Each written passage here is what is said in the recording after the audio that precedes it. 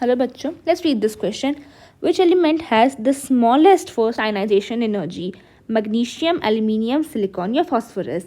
इस क्वेश्चन में जो की कंसेप्ट यूज़ हो रहा है वो ये है कि इलेक्ट्रॉन को विथड्रॉ करने से पहले और विथड्रॉ करने के बाद में इलेक्ट्रॉनिक कन्फिगरेशन में जो चेंज आता है वो क्या किसी भी हाफ फिल्ड या फिर फुल्ली फिल्ड या ऑर्बिटल को या फिर क्या करके नोबल गैस स्ट्रक्चर को राइज देता है या फिर नहीं, और अगर ये तीनों पहले से ही एग्जिस्टेंट थे तो क्या वो डिस्टर्ब हो रहे हैं. तो यहाँ पे हम सबसे पहले कंपैरिजन शुरू करेंगे मैग्नीशियम से. मैग्नीशियम की इलेक्ट्रॉनिक कन्फिगरेशन है नियॉन 3s2. यहाँ पर से अगर आपने एक इलेक्ट्रॉन को रिमूव कर दिया तो फुली फिल्ड एस ऑर्बिटल का जो कन्फिगरेशन है वो डिस्टर्ब हो रहा है, तो इसलिए यहाँ की जो फर्स्ट आयनाइजेशन एनर्जी है वो काफ़ी हाई होगी.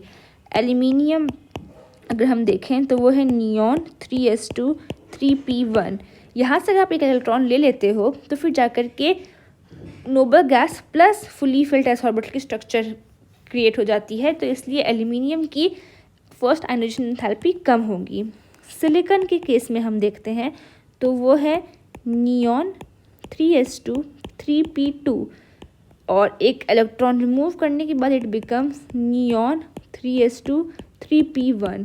Neither of these cases are case of exceptional stability. तो यहाँ पर हम कोई पर्टिकुलर चेंज इन स्टेबिलिटी या फिर तरह के कोई पर्टिकुलर इंक्रीज और डिक्रीज इन आई या फिर आयनाइजेशन एनर्जी नहीं देखते हैं. फाइनली हम फॉस्फोरस को देखें. फॉस्फोरस का स्ट्रक्चर है नियॉन 3s2 3p3. यहाँ पर फुली फिल्ड एस ऑर्बिटल है और हाफ फिल्ड पी ऑर्बिटल है.